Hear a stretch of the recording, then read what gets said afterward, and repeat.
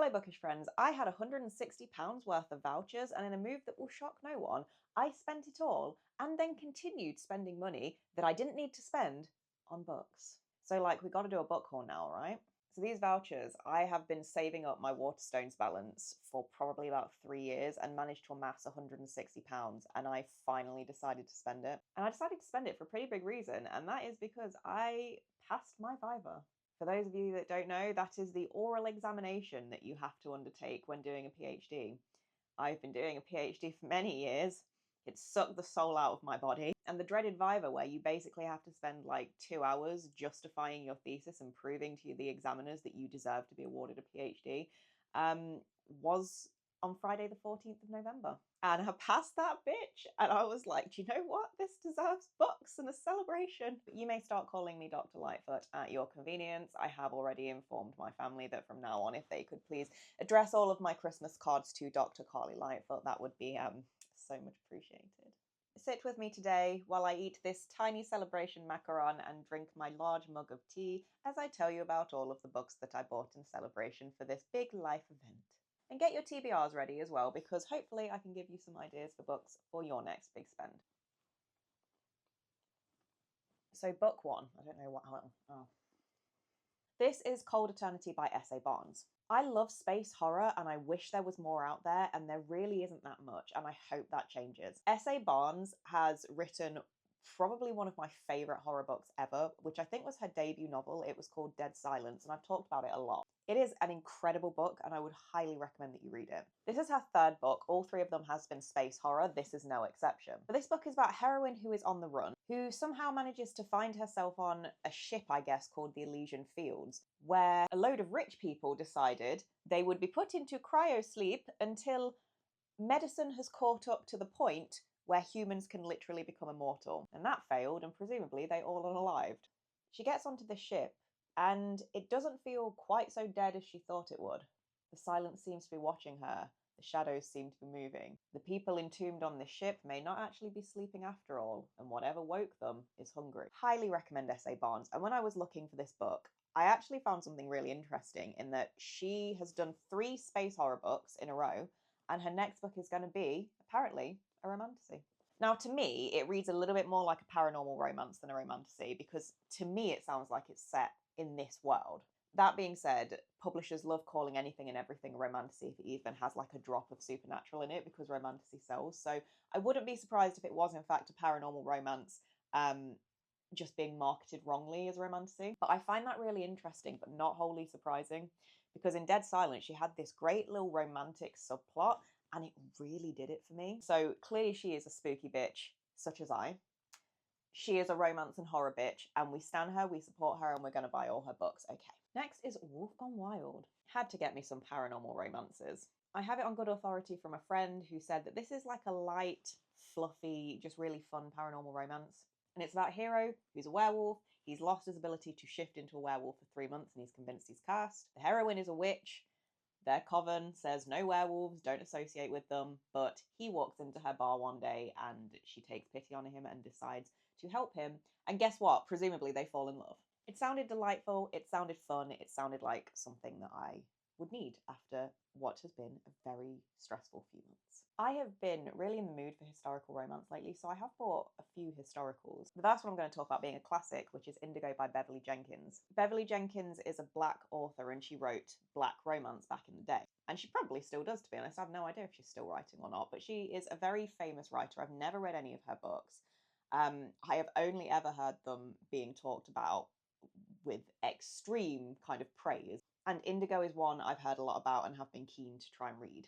The heroine is someone who escaped slavery when she was younger and joined part of the kind of Underground Railroad. The hero is brought to her, he's injured, and she's asked if she can hide him. She of course says yes. And it's the love story between the two. The hero, I think, is very bad-tempered. She kind of regrets her decision, potentially, to help hide him. But I'm excited to get into this one because I've only heard good things, and I've only heard good things especially about this novel. One trend that you're going to see is that I was on a big Sarah MacLean historical romance hype, so I bought The Day of the Duchess.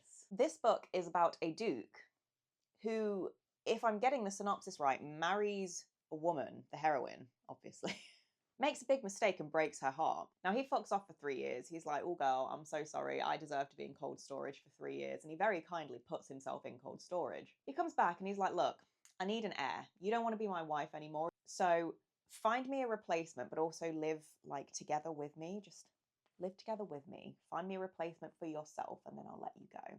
And obviously, he's going to spend all that time trying to woo her, basically, and trying to get her to forgive him. And that's this book, and it sounds delightful. And Sarah MacLean is a wonderful author, and I'm just very excited to read it. Next, A Rogue by Any Other Name. I'm really sorry, I cannot tell you what this is about, because my friend was like, you're going to love this book. Here's what she told me.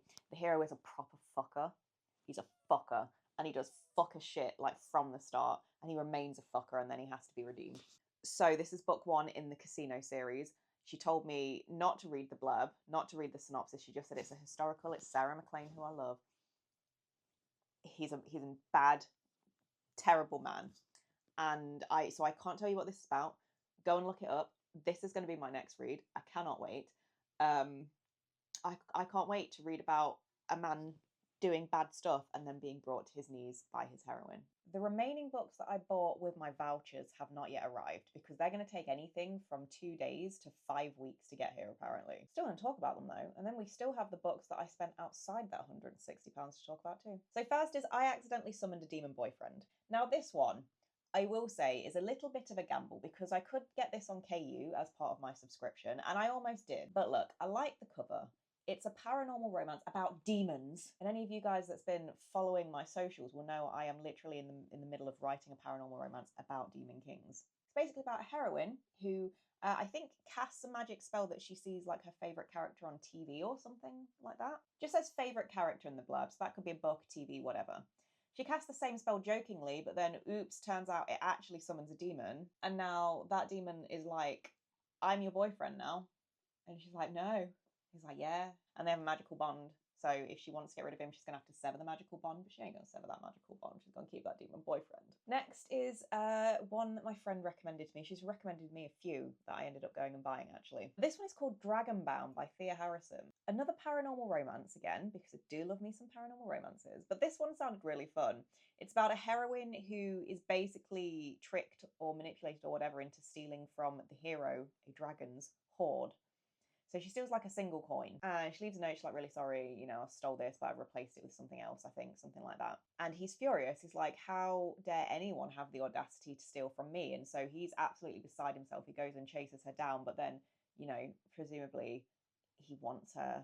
Maybe she's his fated mate. I don't know if it's a fated mate book, but if I had to put money on it, I'd say it probably is a fated mate book.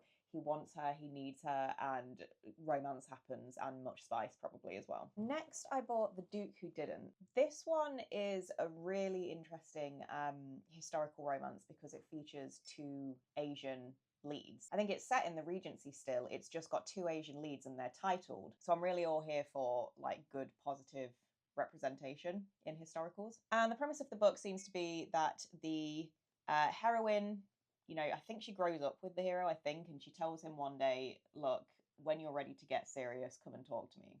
Like, there seems like maybe there's a burgeoning romance there. And she's like, when you're ready to return my feelings, come and talk to me. And then he just leaves a short while after, saying absolutely nothing, and completely breaks her heart. Then 3 years later, he comes back and he's like, do you know what? Actually, I am ready to get serious now. I took your advice. I'm here. I love you. Let's get married. And she's like, I'll marry you. I will just never feel for you again. You broke my heart. I will never love you. I will never feel for you. And this will be a marriage of convenience only. And so he has to change her mind. And I'm sure he does. It's a romance. Okay, so next book. I'm seeing a trend that I hadn't noticed when I was buying these books before, which is both that I've bought a lot of historicals, although that is about to change. So I'm about to talk about some books that aren't historicals. But also that all of the books has the premise of the hero does something stupid and breaks the heroine's heart and then realises he's a dumbass and then has to go and try to win the heroine back. And My Fair Lover is no exception to this rule. The hero breaks the heroine's heart, or at least hurts her feelings when he rejects her. I think he's like a piratey type man, someone that does something on the ocean. Comes back 6 years after rejecting her. He's titled now, he needs a suitable bride, but he also needs to be turned into a proper English nobleman. So the heroine agrees to help him do that, but she has no intention of ever, you know, having any romantic feelings towards him again. And he's like, oh yeah? bet. And he's like, I'm finally worthy of you and I'm going to marry you. And I just need you to convince, or no, I need to convince you that I was a dumbass, but now deserve to be married. When I was buying these books, I did have to like plunder the depths of my TBR to be like, what do I really want to read? And as I was plundering the depths of my TBR, I found this book called Cheeky Royal. And I just thought, you know what? I haven't read many royalty books. Let's give this one a go. So this is about a hero who is, I guess, a prince in line to inherit the throne. He doesn't want to be a prince. He just wants to be a normal boy. And you know what? Conveniently, he has a long-lost brother who he just needs to track down and force him to take the throne instead. Easy, right? And he has a neighbour who's very sexy. He's very into.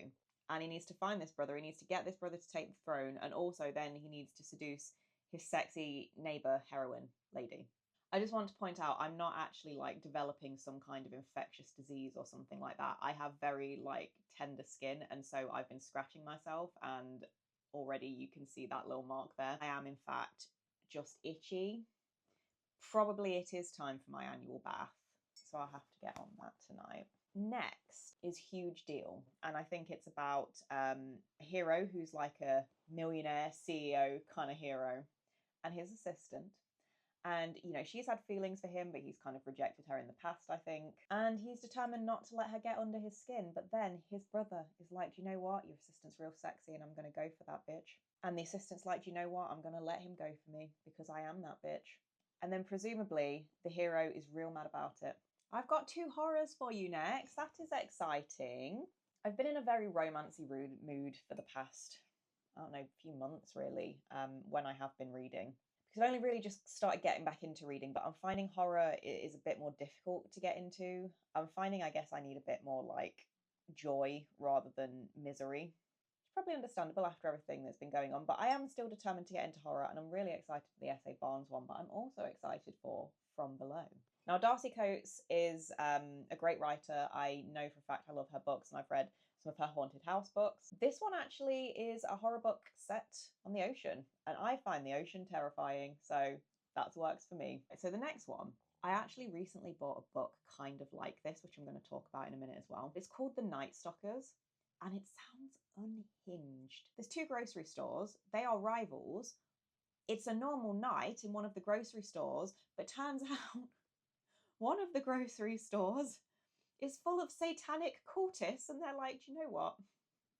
You are too much competition, and we don't deal well with competition. So the rival grocery store employees come to the grocery store and just start unaliving everyone in the name of Daddy Satan. And it sounds unhinged, it sounds fun, it sounds bizarre. I just want to read this book. Now we're on to the portion of the video where apparently buying £160 worth of books using my vouchers wasn't enough, and I had to go and actually spend some of my own money. Okay, so the book that is similar to that I recently just saw in a bookshop and was like, this sounds really fun, is Crafting for Sinners. Now, I really like this cover, so that all immediately kind of got me. I believe this book is based on like a Hobby Lobby. Now, as someone who lives in the UK, I don't really understand. I mean, I know what it is, but I don't know any of the context around it. But apparently it's like a Christian-owned chain craft shop. And it's about the heroine who works at this Hobby Lobby-esque shop called New Creations. The manager finds out she's living with her girlfriend, which, oh no, lesbians, Jesus. So she gets fired. In revenge, she tries to shoplift something, but instead of like just calling the police on her, all of the employees at New Creations decide to basically try and unalive her, and it's like a book where she's fighting for her life inside this New Creations craft shop. I thought the book sounded really fun. It reminded me of The Night Stalkers, and now I'm hopefully about to own both. So let me tell you about those books that I got. Remember I said earlier, I'm on a Sarah MacLean kick? Well, we're not done yet. I bought 9 Rules to Break When Romancing a Rake. It was Sarah MacLean's first book. I have already read this one, and I did enjoy it. I didn't enjoy it as much as I thought I would, but I don't think I can accurately say that because I have recently discovered that I think I am a mood reader, and I think for whatever reason my brain is just like, no, don't enjoy any books. I don't really trust my own rating on this, so I would suggest read it. It's about a noble lady who is a wallflower. She's been spurned from society. She's on the shelf. She's probably like 28. My God, what an old woman. And basically, she decides she's been a wallflower. She's been doing what society expects of her for so long. She decides, look, I'm just going to make a list of things I want to do that women in proper society shouldn't do, and I'm just going to do them. And she's had this long-held flame for the Marquess of Ralston. He don't really know she exists, but nevertheless, she manages to recruit him, and he starts helping her tick things off her list, and falls in love with her. Okay, the next three we can talk about together because they are all part of the same series. So we've got The Wicked and the Wallflower, book 1. This is book 2, Brazen and the Beast, and then Duke and the Daring. More Sarah MacLean. Wicked and the Wallflower I've read already, and I absolutely fucking love this book. It's incredible. 5-star read. But it follows 3 brothers and their romances. Book 1 follows the heroine, who's like a wallflower on the shelf, spinster. Again, she's probably like 23. Oh no, she's not been married yet. The hero, who for various reasons wants to exact revenge and realizes that the heroine, using her, manipulating her, ruining her, is going to be the perfect way that he can take revenge. He is like an underworld crime boss. Like, he is a big fucking deal. Him and his brothers pretty much control the entirety of the underworld. And the hero has one of like the best punishments and grovels for being a fucker I've ever seen. He literally gets put in cold storage. He literally gets put in cold storage to the point that he almost freezes to death. It's great. And then so I've read this one. I haven't read the other 2, which is why I bought these, because it's about time I actually read them, and I cannot wait, and I have no doubt they're going to be amazing. But yeah, highly recommend this series. I have wanted a very specific type of book for a while, and that is a paranormal historical romance where the heroine time travels from the future to the past. And you know what? I found it in Beyond the Highland Myth, because this book is about the hero, who's a Scottish Highlander, who is a legendary predator of the battlefield and the boudoir. Elite synopsis. A vengeful fairy tumbles the heroine from modern-day Seattle into medieval Scotland, where she meets the hero, who is baffled and confused by her, a woman daring to exist without his permission. But then, oopsie, I guess they get married, and love happens. And just fantastic, phenomenal, no notes. Can't believe somebody wrote the exact thing I wanted to read, and they did. And thank you, Karen Marie Monning. I cannot wait to read this book. Final book. Look, I told you I was on a historical kick. Destiny's Captive. It's another Beverly Jenkins book. It's about pirates. I love a pirate, but I don't love pirates that are slave traders, and I think that is often the problem when it comes to reading romances about pirates, because when they're set in a certain time period, chances are they were probably slavers. This was written by a black woman and features black characters. I don't think they're going to be slavers somehow, so I think we're safe. The hero is, I think, maybe a bit of a rake, or maybe just someone who doesn't want to be tied down, but then he actually finds himself tied down to his bed by a woman, where she steals his ship. And then he goes on the hunt for her, because obviously, and love happens. And it sounds delightful. I'm looking forward to reading another Beverly Jenkins book. And that is my haul. Stay tuned for updates. Follow me on my socials, where I will certainly keep you appraised of what I think of all of these books. Next week, I'm going to be doing something really, really exciting, which is I'm going to be talking to you about the book I'm writing. I'm going to be talking to you about my work in progress. I'm going to be revealing some details that I can reveal at this stage, and I'm very, very excited about it. So follow for that. Follow for horror books, romance books, weird books, my beautiful, special, sparkling personality. And thank you for watching, and I will see you in the next video.